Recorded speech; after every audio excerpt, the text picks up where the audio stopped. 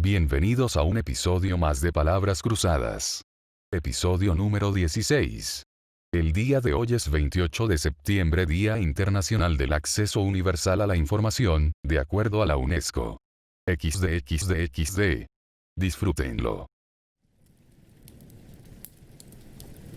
Quinto argumento de la Suma Teológica de Santo Tomás de Aquino. Dice Santo Tomás: pues vemos que hay cosas que no tienen conocimiento, como son los cuerpos naturales y obran por un fin. Esto se puede comprobar observando cómo siempre o a menudo obran igual para conseguir lo mejor, de donde se deduce que, para alcanzar ese objetivo, no obran al azar, sino intencionadamente. Las cosas que no tienen conocimiento no tienden al fin sin ser dirigidas por alguien con conocimiento e inteligencia, como la flecha por el arquero. Por lo tanto, hay alguien inteligente por el que todas las cosas son dirigidas al fin.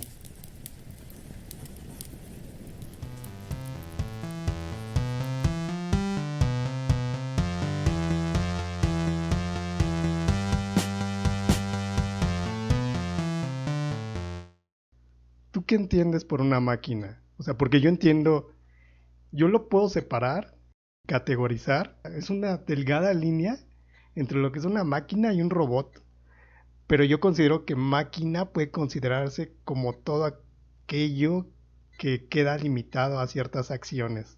Y para mí una máquina en la biblioteca, en un sentido tecnológico, implica los escáneres, las impresoras y las fotocopiadoras. Si es en un sentido de una máquina que tiene componentes electrónicos, pero inclusive hay máquinas mucho más primitivas que seguimos usando en la actualidad y que dependen de dispositivos mecánicos. También considero que he entendido a la máquina como un elemento que puede funcionar o que puede habilitarnos tareas más rápidas que puedan ser en beneficio de la biblioteca, ¿no? Pero entonces, dentro de esta gama, ¿cuáles son esas máquinas que actualmente podemos encontrar en una biblioteca? O sea, máquina te refieres, por ejemplo, a... Es que máquina puede considerarse inclusive a un elemento o un conjunto de elementos mecánicos que no tengan nada que ver con la electricidad, pero posiblemente para estas alturas de la tecnología del siglo XXI, 2020, pues ya tenga que exigir ciertas características para ser máquina, ¿no? Sí, para empezar, que tenga dispositivos electrónicos, que se haga de forma sistemática, que el trabajo que una persona invierte, el esfuerzo que una persona invierte en usar una máquina, la máquina esa misma energía la optimice, no necesariamente con electricidad, como bien mencionas, pero una máquina es un dispositivo que sabe aprovechar la energía de la persona que se está usándolo. Hay máquinas simples, como la polea, como el plano inclinado, que nos dieron otro tipo de artefactos.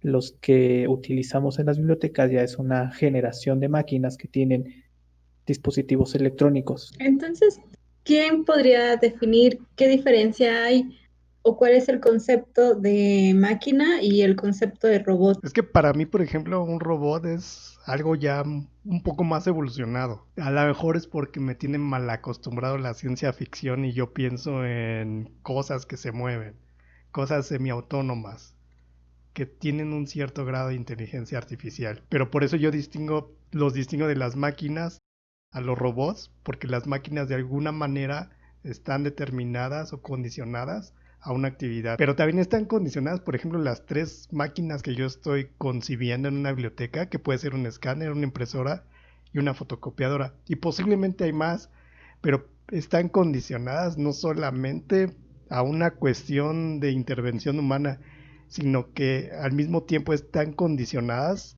a un entorno jurídico. O sea, por ejemplo, date cuenta, ¿de qué te sirve tener una máquina, una impresora, una fotocopiadora, un escáner si está sujeto también a licencias?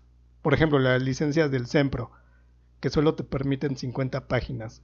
Porque si tienes colecciones impresas y quieres hacer copias, de alguna manera estás sometido a derechos de autor. Puede que tengas el hardware y la infraestructura, pero también estás condicionado a un entorno jurídico. El entorno jurídico del que mencionas cuando usamos las máquinas emana también de las implicaciones morales que el sujeto que está manipulando esa máquina tenga.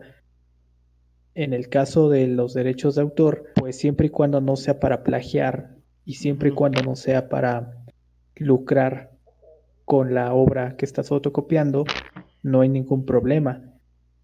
Si tú eres el operario de esa máquina, dígase una fotocopiadora, la ley a ti te respalda si haces una copia para uso personal con fines educativos y además, si tú moralmente estás respetando la autoría la autoría de las ideas que están en esa obra y no las vas a difundir más que para que tú estudies o para uso personal, la máquina no estaría condicionada por esa cuestión legal. La ley también te permite ciertas cosas. Es más, la ley tiene que estar en sintonía con la moralidad de las personas y las máquinas pueden usarse. Las máquinas únicamente son herramientas y dispositivos que van a permitir a las personas aprovechar el esfuerzo. No es lo mismo una fotocopiadora que te saque en cuestión de minutos 50 copias contra una persona que esté transcribiendo todo el texto. Por eso el entorno legal no condiciona a las máquinas. El entorno legal le permite ciertas posibilidades a las personas y hay ciertas restricciones cuando hay abusos. También las máquinas están condicionadas, aunque estemos hablando de fotocopiadoras, impresoras, escáneres, están condicionadas a cierto software y a cierta compatibilidad. El software quizás sí sea una noción bastante simple.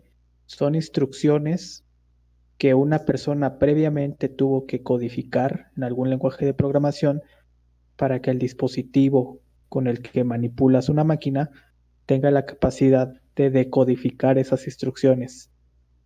Lo mismo sucede cuando tienes una máquina simple, necesitas que una persona, el fabricante, te explique cómo funciona esa máquina simple para que tú la puedas usar.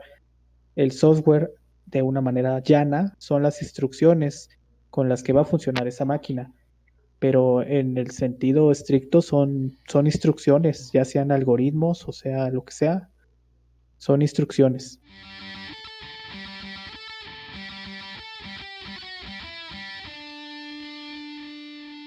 Los robots ya implican, no sé, como que cierto, para mí por lo menos implican cierto grado de complejidad a diferencia de las máquinas. Pensando en ejemplos que sean tangibles y que sean reales, pues he encontrado algunos como la estantería robot, los recolectores o los escaneadores. Pero aquí estamos hablando de lo mismo que hace rato. Depende para qué. Porque para qué quieres robot si ya no estás utilizando colecciones impresas. ¿O qué tipo de robots podrías implementar en el futuro cercano? Considero que en ese punto debemos tener claro que en ningún momento en la historia de las bibliotecas y el libro, la tecnología ha estado peleada con estas unidades de información. Entonces, más bien hemos hecho uso de la tecnología como un aliado, como una herramienta, precisamente, en pro del desarrollo de esta unidad de información.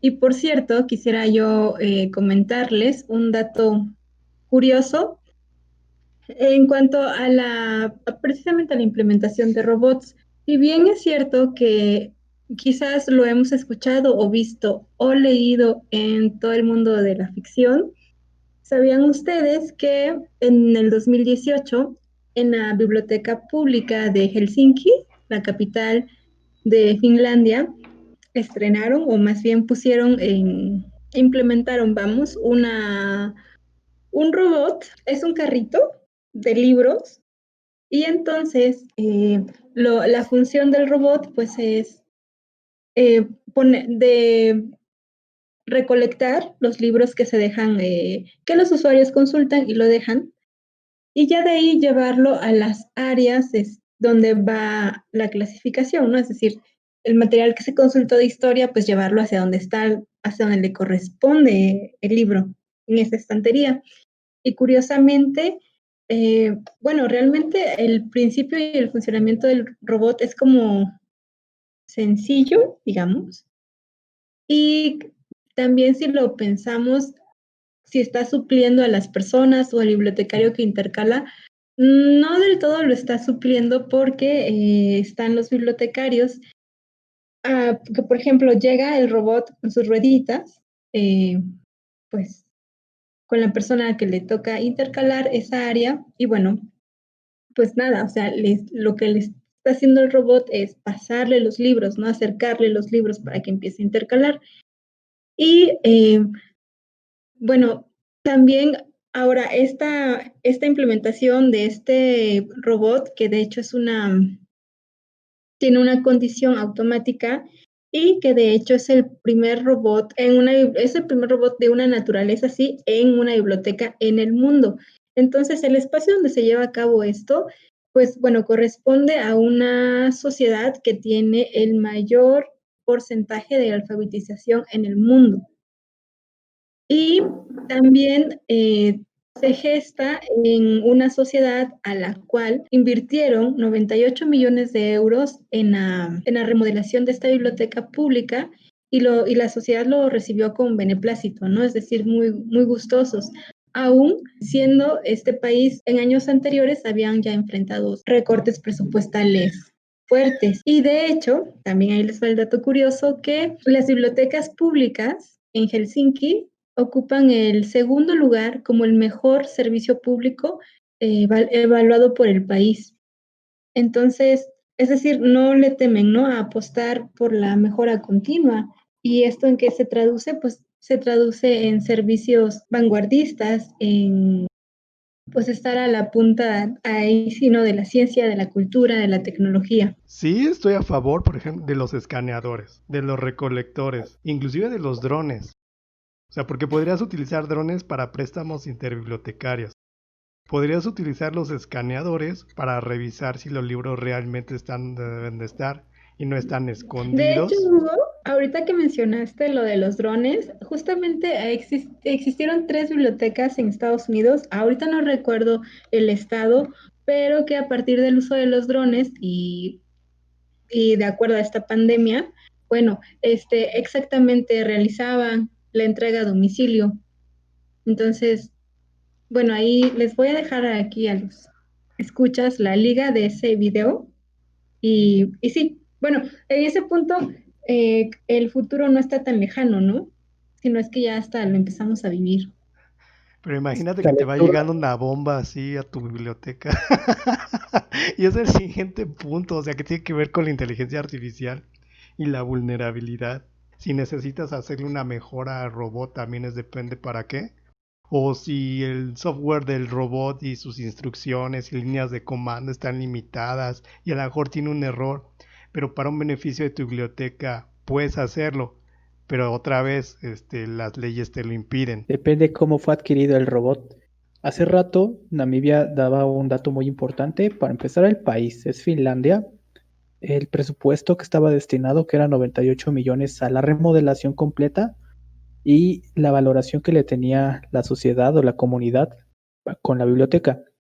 Me gustaría a mí tratar como de explicar que la adquisición, en ese caso, la adquisición de robots, ya sea un dron o ya sea un robot que tiene rueditas y anda repartiendo 2 libros, también tiene que ver con la inversión de los impuestos que están dando los finlandeses, que están destinando al servicio público y que el gobierno lo destina al servicio público a través de las bibliotecas. Están viendo un retorno de su inversión. Comprar esos robots y que lleguen las personas realmente a usar la biblioteca y vea que ahí anda este robotcito paseándose con los libros, si estás viendo que tus impuestos están ahí, o quieres, o puedes, que también es una estrategia para el gobierno para demostrar que están destinando recursos a la biblioteca y que ellos lo están destinando para esa mejora continua, adquiriendo máquinas. El ejemplo que tú me dabas de si está restringido por acuerdos comerciales que son ya internacionales, en algunos casos la adquisición tanto de cualquier tipo de máquina, no únicamente robots, sino impresoras, fotocopiadoras, es únicamente la renta. Ya hay pocas instituciones que se aventuran a adquirir la máquina o a comprar todo el hardware y tenerlas en un almacén. Ya más es a que haces un acuerdo con una empresa dedicada a la tecnología y esa empresa lo que hace es te va renovando el equipo tecnológico que tengas como en arrendamiento con ellos. Únicamente pagas una licencia para poder mantener el contrato y que te sigan surtiendo ellos de equipo y de mobiliario tecnológico. Y si en dado caso, si tú tienes un robot que ya tiene problemas y que tú le quieres hacer una mejora, pero que alguna disposición internacional te lo impide, lo único que tendrás que hacer teniendo este tipo de contrato es pedir que te lo cambien, porque tienes unas garantías y un contrato según el cual adquiriste en préstamo o en arrendamiento una máquina. No es tuyo.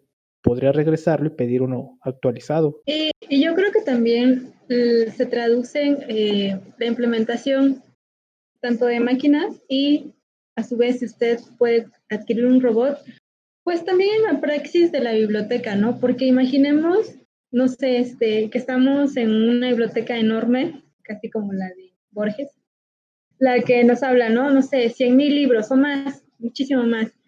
Pero, o sea, imagínate este robot que te pueda escanear 100 ítems o 100 títulos, 100 libros, digamos, por segundo. También hay una parte que te agradece en cuanto a la parte de poder correr un inventario de forma, ya ni siquiera es automatizada, ¿no? Sería como de forma, pues, altamente eficaz, porque cuando tenemos colecciones pequeñas, bueno, no es un dolor de cabeza hacer o rectificar tu inventario, pero cuando tienes colecciones enormes o cuando hay áreas de la biblioteca que casi no se utilizan y después de 3 años te das cuenta que el libro estaba de cabeza. Entonces creo que esta implementación de robots con software más inteligente ayuda en esta parte operativa de la biblioteca y que finalmente nos permite tener más certeza, ¿no? ¿Qué tanto poder tener indicadores en cuanto a la movilidad de las colecciones, agilizar tareas un poco, bueno, depende, pero a veces se consideran como tareas un poco pesadas. Entonces, como pienso que es eso, ¿no? O sea, adoptar la tecnología como una herramienta, no como no con pánico, no con miedo, no con desconfianza. Porque imagínate también lo que va representando la entrada de robots. O sea, ni siquiera estamos hablando que sean más inteligentes, es que están bien programados y no se cansan. Salvo por la otra parte, ¿no? O sea, los presupuestos anuales y el gasto de la energía eléctrica, porque pues no viven del aire, ni siquiera ellos. Entonces, creo que todo ser que realiza una actividad en este planeta necesita energía, pero sí estaría cool ver un robot moviéndose por las estanterías. Pero la otra, y todo va a ir al tercer punto, es el respeto hacia los robots, ¿no? Respetarlo, no patearlo, cuidarlo, todo lo que implique respeto. Claro, o sea, respetarlo, sí, por supuesto, pero también creo que en un principio habías tocado un punto muy importante sobre la dependencia, ¿no? Es decir, em, hasta qué punto podemos decir que es adecuado, porque tenemos que seguir avanzando con el tiempo, con las tecnologías, pero ¿cómo medir esa balanza entre el desarrollo tecnológico y la dependencia?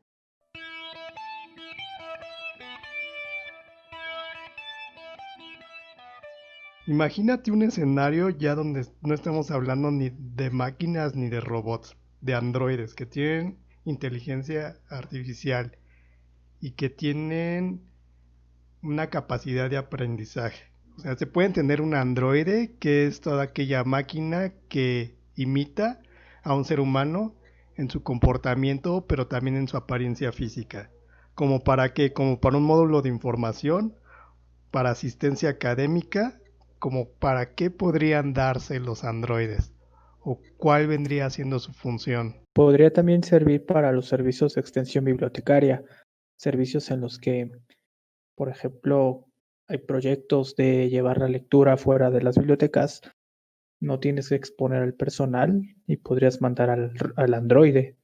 Podrías destinar las actividades intelectuales a las personas y aprovechar el talento humano, mientras que actividades como la visita guiada u otras actividades un poco más rutinarias se las puedes destinar al androide siempre y cuando lo programes. Sí, exactamente. O sea, actividades de rutina, sí.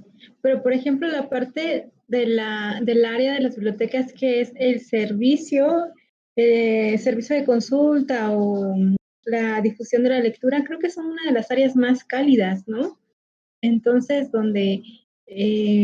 pues donde tu contacto precisamente con la persona pues es fundamental. Entonces, y digo cálido porque creo que es donde se teje esta parte intangible, ¿no? Un buen servicio, ¿cómo decirlo? El respeto sí, pero es la parte humana. O sea, yo creo que en ese sentido, estas áreas donde sí existe la interacción humana, yo ahí me reservaría la participación de los androides o robots. Pero también, ¿quién programa al androide? ¿Bajo qué reglas se está rigiendo? Me imagino que tiene que estar embebido de ciertos valores. En el caso de las bibliotecas y pensando un poco en ese escenario que nos está planteando acerca de qué harían los androides en la biblioteca, sabemos que muchas decisiones se toman de forma colegiada.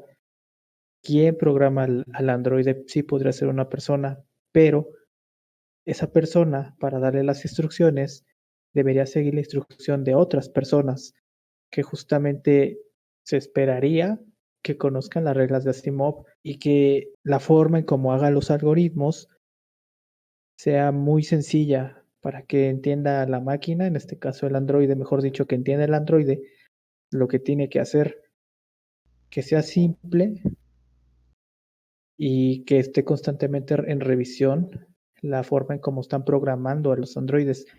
Pese a que una persona sea la que tenga el conocimiento técnico para transformar esas instrucciones en instrucciones que entiende la máquina, no las puede tomar solo, a menos que él se compre su propio androide. Pero estas cuestiones, para empezar por el precio que tiene comprar máquinas como un dron, no, no, no cualquier persona las puede comprar y no le dejas el uso a cualquier persona.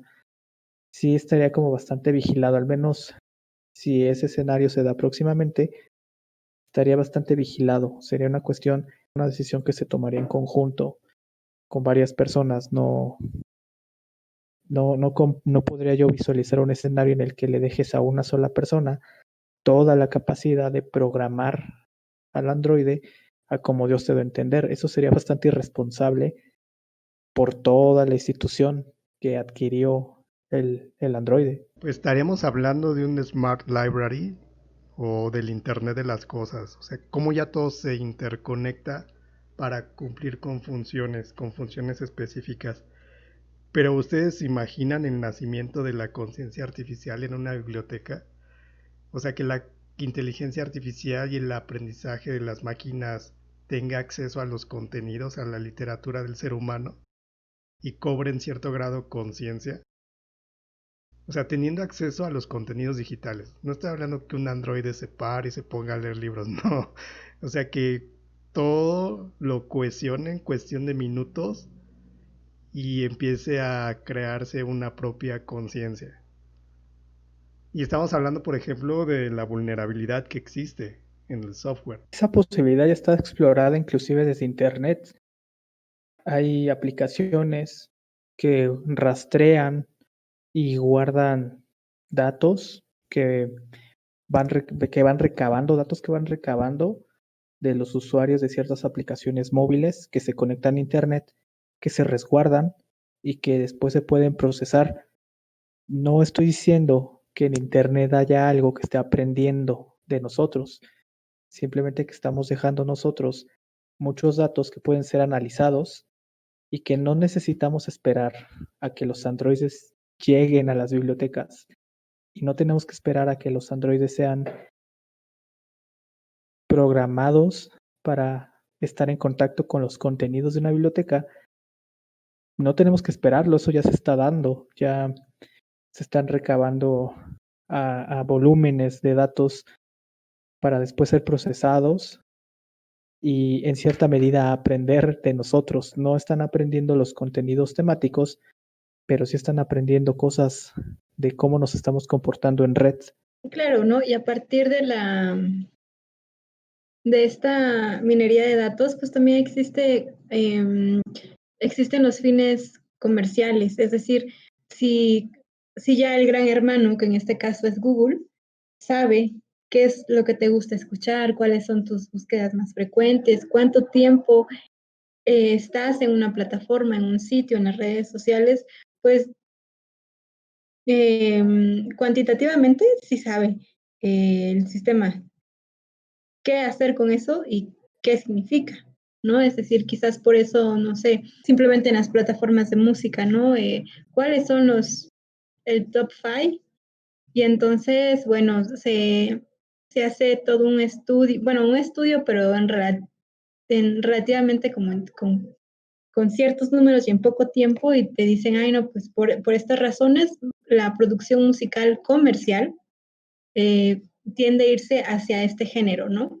Se puede llamar que se desvirtúa pues la finalidad, o más bien, no sé si quizás siempre la finalidad de la inteligencia artificial o de la tecnología más desarrollada siempre va a imperar el objetivo comercial, el objetivo económico. Sí, porque justamente como son interacciones de diferentes personas, tanto los que programan las aplicaciones o los androides o las máquinas, como las personas que las están utilizando y a veces las utilizamos sin ser conscientes, sin tomar la suficiente conciencia de lo que implica usarlas, uno no está uno pensando en alguien que tenga esas malas intenciones.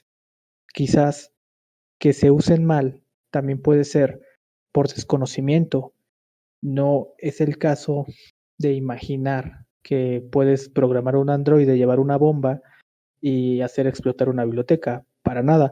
Simplemente que una persona que ignoraba cómo se usaba no lo supo programar y esa ignorancia provoca esos problemas, como en el caso de cuando uno de nosotros podemos hacer una aplicación y no ser conscientes de todos los datos o todos los permisos que les estamos dando para que no necesita, al final del día la aplicación no necesita tener tantos permisos para poder funcionar. Lo hacemos por ignorancia y sí va a generar un gran problema a futuro, pero es por ignorancia, no es porque haya alguien malo que está ahí detrás queriendo echar a perder una herramienta que podría ayudar a las personas. Por eso no creo que en esta cuestión como de que haya alguien con una intención negra detrás poniendo las instrucciones mal para que se cause el mal. No, hay alguien que pese a que una persona con buenas intenciones hizo lo posible porque las instrucciones de la máquina fueran lo mejor explicadas posibles, hubo alguien al final, un usuario final, que no le entendió y la usó mal. Y ese mal uso generó más problemas. Pero no me refiero específicamente a que haya sido programada, sino a su vulnerabilidad, a su seguridad informática. O sea, que pueda ser hackeada.